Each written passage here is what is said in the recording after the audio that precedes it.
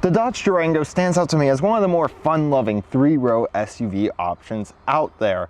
Today we're going to take a look at this Dodge Durango GT because at around $46,000, I think it may not just be fun, but also a pretty decent value. We're going to see if that's true today. Let's take a look.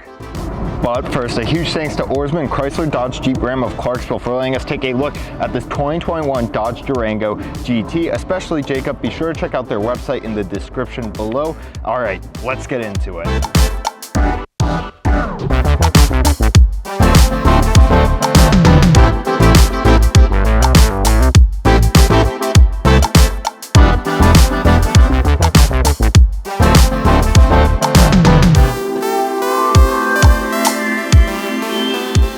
Alright, let's discuss your infotainment right now. This here is a 10-inch Uconnect 5 system, and you can get it for $995 on the GT model.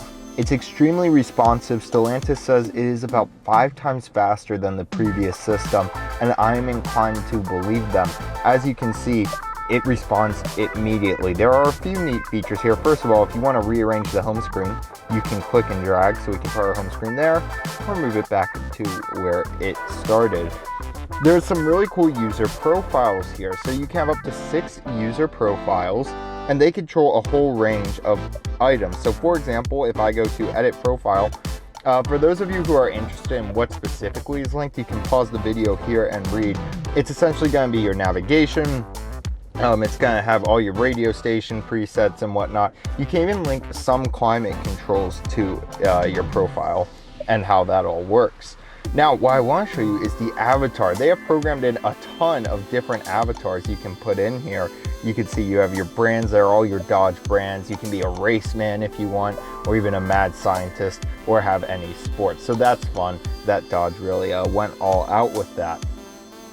Now, if we go back home, something else I want to show you are your vehicle settings. So there's two. First, I will show you your rear view camera. You can see no 360 camera here, but you get a pretty decent rear view camera with guidance.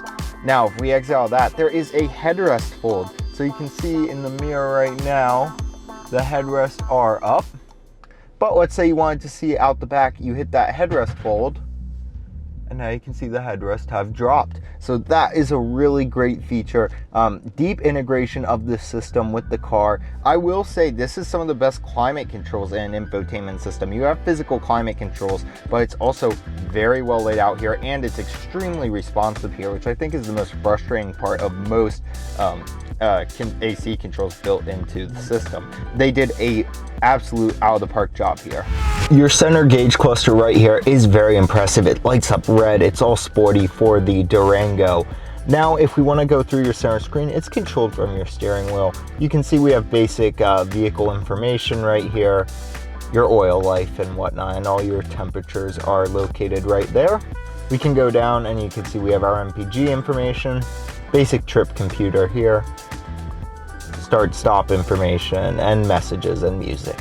Now, on the subject of tech, I should mention that the Durango has Amazon Alexa integration. That means that you can have Alexa at your home, start your car, unlock your car, stuff like that. And Alexa is also inside the car, so you can ask her any question you want, have help with reminders, timers, all that good stuff.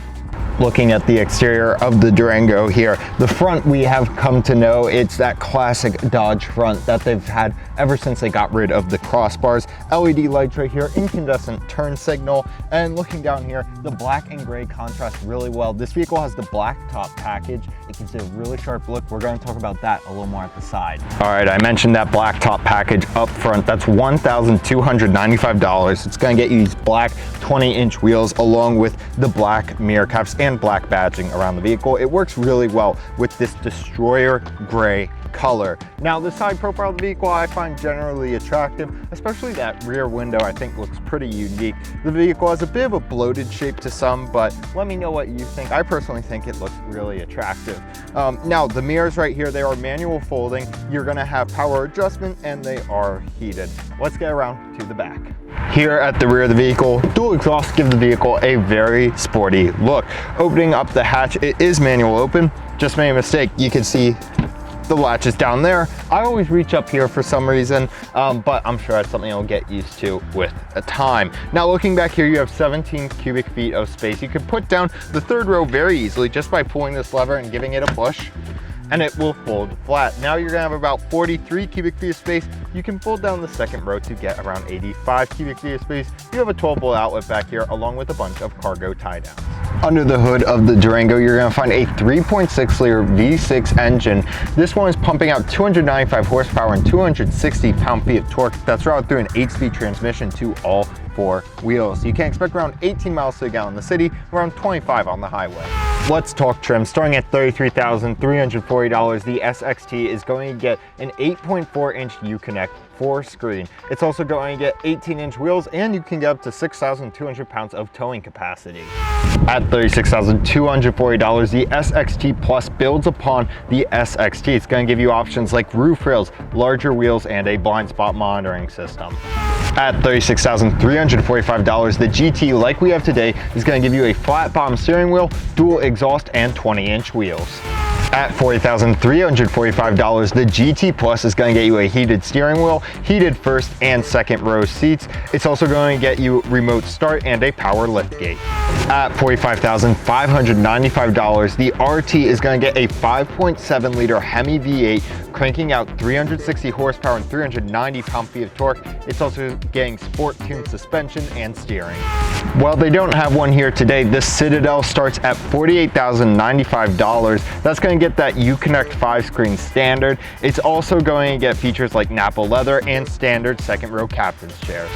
At $64,245, the SRT is going to get a 6.4 liter Hemi V8 engine, which is going to propel the Durango from 0 to 60 in 4.4 seconds. You're also getting Bilstein active damping and 6-piston Brembo brakes.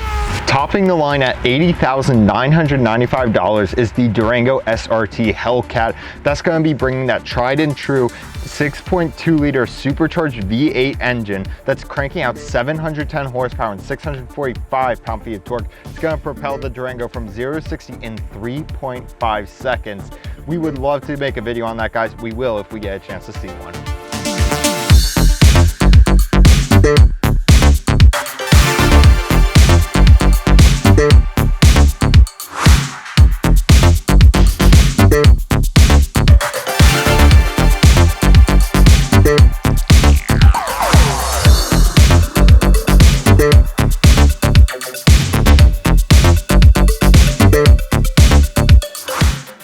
Now looking at the interior in a bit more detail, the leathers in here are absolutely amazing. $995 for leather in this interior. The leather that Stellantis uses is just so high quality. It's so thick and dense. It really feels fantastic. So I highly recommend that option if you're getting the GT. Now you do have the $1,295 sunroof in this vehicle, which I think lets a lot of light in. That's also a good option, but that leather is definitely an important one. You have white contrast stitching going throughout the vehicle. You also have a little bit of a carbon fiber touch on your passenger side. Lots of gloss black around your screen. I don't think that's going to be too big of an issue, as it's not really a touch point around the screen. You're only going to be touching the screen. You do have lots of matte plastics under that where your buttons are. So I think they did a really good job crafting this interior. If I had one complaint with a touch point, it would be on the steering wheel. Your shift paddles are kind of little half nubs rather than full shift paddles, and they feel a little plasticky. They look metal though, and I believe they are, but they just feel a little bit cheap. That is really my only complaint with a touch point of this vehicle. Everything else feels really sturdy and solid.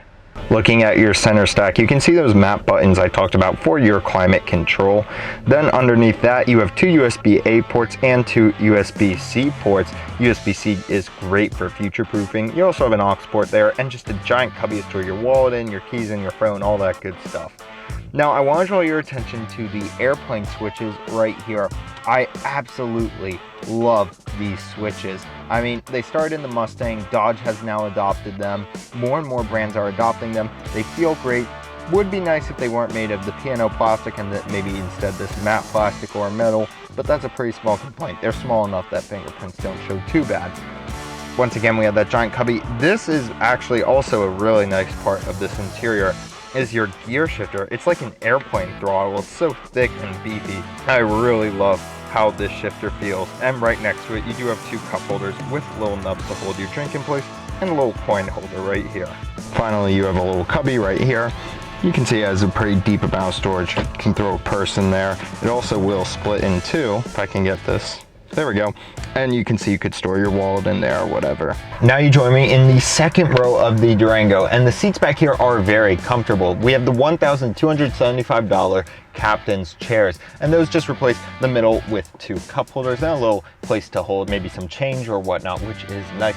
You do have 2 air vents back here along with the switch to change where the air is coming out of, and of course we have our own little climate controls back here for fan speed and temperature. However, one thing I wish that was back here was charging options. We don't have a USB port, a household outlet, even a cigarette charger, so it would be great to see some of that back here, but not in this vehicle. Legroom is great, and there really are no downsides to this back place other than those charging options. If they added that, then this would be an A+ back seat. All right, and now it's time to get into the third row of the Durango, and since Colin isn't here filming getting in, you all are coming with me. Opening the door right here, we can pull this lever, drop the seat, and we can pull the red latch back here, and the seat will fold completely up. To get in, it's really easy once you do that. Pull the seat down, and we are trapped in now. I'm barely touching the back of the seat here. I'm 6 feet tall, but I think you could fit 2 6-foot tall adults back here for a pretty long trip. You might want to rotate every few hours or every stop with the people in the second row, but I genuinely do think you could fit 6 large adults in here, and the 2 in the back wouldn't be the happiest, but they would certainly make do. You can also climb through, since we have the captain's chairs, through the middle section right there. The seats back here are just as comfy as the ones up front. We do have our own cup holders back here. Nice big window. The one thing that would be nice would be some charging options again. However, this is a pretty good option if you need to move 6 full-size adults. This Durango really is a great value. Sure, it doesn't get some of the fanciest tech like maybe radar cruise control or whatnot, or blind spot monitoring, but you are getting a very competent people mover. You can fit 6 full-size adults here, and with 290 horsepower, you can be the first to soccer practice, the first to school, wherever you're taking your family. This vehicle will get you there, and get you there with a smile on your face. And if you don't want to blend in with all the Highlanders and whatnot of the 3-row SUV world, this really is a great option. I mean, I think it's a great looker. Of course, let me know what you all think about the looks in the comments below. You got a really good, competent interior. Again, you're not having any charging in the back. That could be a problem on long drives, but it's still manageable. Just, you know, pack some rechargeable batteries and that problem is solved. Overall, I give this vehicle a thumbs up. If you're looking for a 3-row SUV, definitely make sure you're checking out the Durango. A huge thanks to you all for watching, guys, and a big thanks to Orsman Chrysler Dodge Jeep Ram, especially Jacob, for letting us take a look at this 2021 Dodge Durango GT. Be sure to let me know what you guys thought. Also, be sure to check out our new website, gasguzzlerreviews.com. All right, guys, we'll see you in next week's video. Take care.